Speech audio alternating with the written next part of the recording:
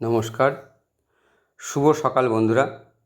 আমি সুজিত সাধুখা হেমাশ্রী ভিলেজ কম্পোস্টের পক্ষ থেকে আমার ইউটিউব চ্যানেল ছোট্ট বাগানে আপনাদেরকে আমার এই ছাদ বাগানে অজস্র আনারসের ছড়াছড়ি, এই আনারস কিভাবে এত সুন্দর ফলন হয়েছে এবং এই ফলনের পাশাপাশি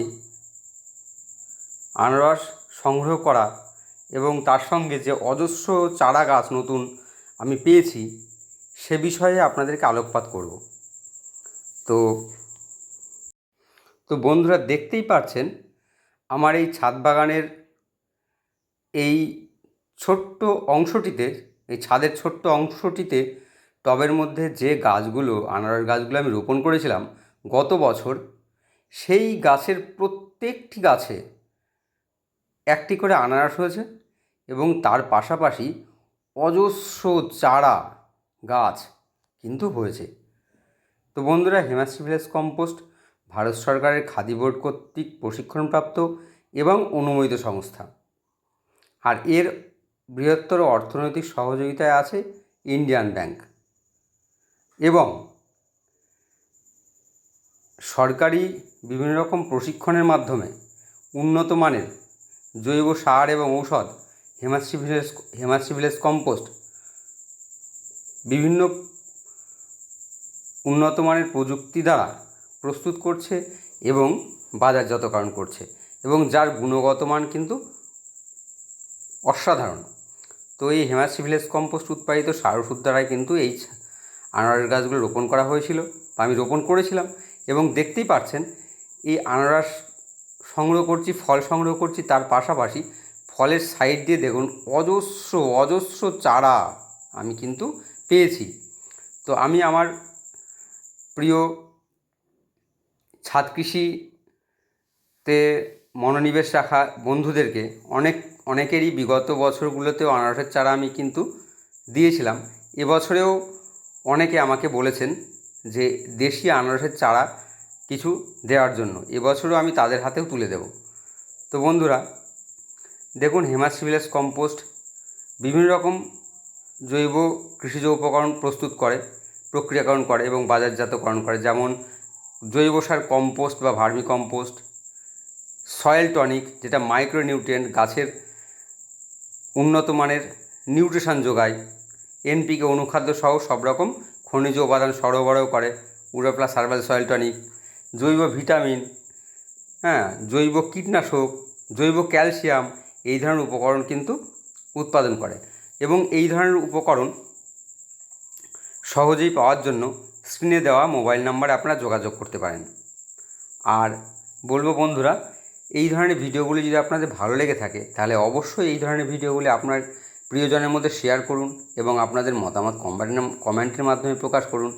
আর বন্ধুরা, যদি আপনাদের ছাদ বাগান করতে ভালো লাগে বা এই ধরনের ভিডিওগুলো ভালো লেগে থাকে, তো সেক্ষেত্রে এই ধরনের ভিডিওগুলো কন্টিনিউ পেতে বা ভিডিওর আপলোড কন্টিনিউ পেতে আমার ইউটিউব চ্যানেল ছোট্ট বাগান অবশ্যই আপনারা সাবস্ক্রাইব করুন এবং পাশের বেল আইকনটি প্রেস করুন, যাতে আমি আমার ভিডিও আপলোড করার সঙ্গে সঙ্গেই আপনারা সহজেই পেয়ে যান। তো দেখুন বন্ধুরা, কী সুন্দর কালার হয়েছে। আর এই ছাদ বাগানে আনারস হওয়ার পাশাপাশি অজস্র আনারস হয়েছে। শুধু আমি আনারস আমার পরিবারের জন্য আমরা সংগ্রহ করে খাচ্ছি না, দেখুন ছাদে বিভিন্ন রকম ইঁদুর বা অন্যান্য কাঠবিড়ালি বা এই ধরনের প্রাণীরাও কিন্তু এই আনারস খাওয়া থেকে বিরত থাকেনি। আমি আপনাদেরকে আনারস সংগ্রহ করার পরে আনারসও দেখাচ্ছি, আনারসের চারাও দেখাচ্ছি, এবং প্রকৃতিতে ঘুরে বেড়ানো ইঁদুর বা অন্যান্য প্রাণীরাও এগুলো যে এর যে স্বাদ, সুমিষ্ট সুস্বাদু, এর স্বাদ কিন্তু গ্রহণ করতে বাকি রাখেনি বন্ধুরা। তো আমি একটু কাঁচা থাকতেই, অর্থাৎ ফলগুলো পুষ্ট হয়ে গেছে, আমি ঘরে রেখে দেব, সুন্দর কালার হবে এবং ঘরে সুমধুর একটা গন্ধ কিন্তু আনারসের আসবে এবং কাঁচা হলুদের মতো রং কিন্তু আনারসে আসবে। তো দেখুন বন্ধুরা, আমি ঘুরিয়ে আমার গাছগুলো দেখাচ্ছি, আপনারা দেখুন আর মনে মনে ভাবতে থাকুন যে এমন গাছ, এমন আনারস যদি আপনাদের ছাদ বাগানে হতো তবে কেমন মজা হতো। তো আমি বলবো বন্ধুরা, এই যে সময়, এই যে সিজন চলছে, এখন বাজারেও আনারস আপনারা পাবেন, তো অবশ্যই বলবো 2-4টে, বেশি না, 2-4টে গাছ আনারস আপনার সংগ্রহ করুন বাড়িতে খাবার জন্য। তার আনারসের সঙ্গে যে চারাটা আপনারা পাবেন, আনারসের উপরে যে অংশটা থাকে ওই অংশটা আপনারা রোপণ করুন। পরবর্তী বছরে দেখবেন তার থেকে অন্তত একটা ফল আপনারা পাবেন একটা গাছের থেকে, এবং সেই ফলের সঙ্গে আমার মতো অজস্র চারা আপনারা পাবেন। তো এই আনারস গাছ রোপণ বিষয়ক যে ভিডিও বা তথ্য, কীভাবে চারা সংগ্রহ করছি দেখতেই পারছেন, এবং চারা সংগ্রহ করার পরে কিভাবে আমি মাটি প্রস্তুত করেছি, কিভাবে আমি চারা রোপণ করেছি এবং পরবর্তী কিভাবে পরিচর্যা করেছি, তার কিন্তু ছোট্ট ছোট্ট এপিসোড, ছোট্ট ছোট্ট ভিডিও আকারে আপনাদের কিন্তু আমি পরিবেশন করেছি। প্রথম ভাগ, দ্বিতীয় ভাগ, তৃতীয় ভাগ এভাবে কিন্তু করেছি, এবং পরিশেষে দেখুন আনারস সংগ্রহ করাটা আপনাদেরকে আজ আমি দেখালাম। আজ জুন মাসের 28 তারিখ 2024 সাল। তো দেখুন এই জুন মাস বা জুলাই মাস আনারস পর্যাপ্ত পরিমাণে বাজারে আসবে, সেখান থেকে আনারস ফল খান এবং চারা রোপণ করুন। দেখুন এই যে গাছগুলো আমি রোপণ করেছিলাম, আনারস পাড়ার পরে আনারসটা খেয়েছি এবং খাওয়ার পরে এই চারাগুলো আগে আমি রোপণ করেছিলাম। তো তার একটা ছোট্ট অংশ আপনাদেরকে দেখালাম। হ্যাঁ, গোড়ার দিকে কিন্তু শিকড় বেরোনোর একটা জায়গা চলে এসছে।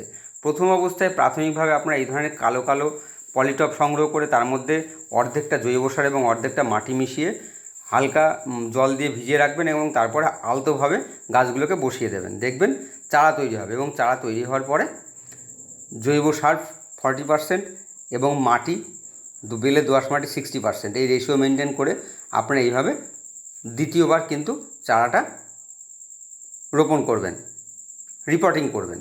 তাহলে দেখবেন আমার যে গাছগুলো হয়েছে এরকম ধরনেরই গাছ হবে। আর গোড়ায় হয়ে থাকা যে আগাছাগুলো, সেই আগাছাগুলোকে পরিষ্কার করবেন এবং নিউট্রিশনযুক্ত খাবার দেবেন। যদি পারেন হিমাশ্রী ভিলেজ কম্পোস্ট উৎপাদিত সয়েল টনিক সংগ্রহ করা সম্ভব হয়, সেক্ষেত্রে এটা দিলেন, এবং তার সঙ্গে সরিষার খোল পচা জল দিতে পারেন। এগুলো কিন্তু গাছগুলোকে গ্রোথ আনবে এবং পরবর্তীকালে খুব সুন্দর ফল আসবে। দেখুন এই যে আর একটা ফল, এটাও খেয়ে ফেলেছে, পেকে গেছিলো, আমি গুরুত্ব দিয়ে দেখা হয়নি যে ফলটা কী অবস্থায় রয়েছে। তো দেখুন এভাবে অন্য অন্য প্রকৃতির প্রাণীরাও খাবে, এবং তার সঙ্গে সিজনাল অর্থাৎ যে সময় যে ফল হয় সেই ফলের স্বাদ আমাদের গ্রহণ করতে হয়। আমাদের শরীরের ক্ষেত্রে কিন্তু এটা অত্যন্ত গুরুত্বপূর্ণ বন্ধু।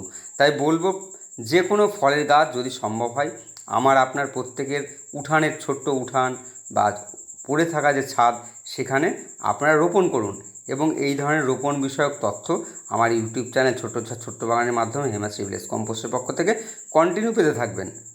তো যাই হোক, এই ধরনের ছাদ বাগান যাতে প্রত্যেকের বাড়িতে হয়, এই ধরনের গাছ, ফলের গাছ প্রত্যেকের বাড়িতে হোক, প্রত্যেকের মন প্রাণ প্রফুল্ল হয়ে উঠুক, প্রত্যেকে সুমিষ্ট সুস্বাদু ফল তার জন্য বা তার পরিবারের জন্য বা প্রিয়জনের জন্য সংগ্রহ করতে পারুক, এই আশা রেখে হিমাশ্রী ভিলেজ কম্পোস্টের পক্ষ থেকে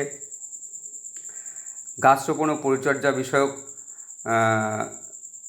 পরামর্শ দিয়ে অনুপ্রাণিত করে আমার ছাদ কৃষিমূলক তথ্য ভীষণভাবে আদান প্রদান হোক, এবং এই পরিবেশ প্রকৃতি সবুজের সমারোহে পরিপূর্ণতা পাক, এই আশা রেখে আপনাদের সকলের সুস্বাস্থ্য এবং সাফল্য কামনা করে এখানেই বিদায় নিচ্ছি। আবার আগামী দিনে আগামী এপিসোডে নতুন কোনো ছাদ কৃষিমূলক বা গাছ রোপণ এবং পরিচর্যামূলক তথ্য নিয়ে উপস্থিত হব। তো বন্ধুরা, সকলেই সুস্থ থাকুন, ভালো থাকুন। আপনাদের সকল সুস্বাস্থ্য এবং সাফল্য এবং সমৃদ্ধি কামনা করে হিমাশ্রী ভিলেজ কম্পোস্টের পক্ষ থেকে আপনাদের সকলকে ধন্যবাদ জানাই।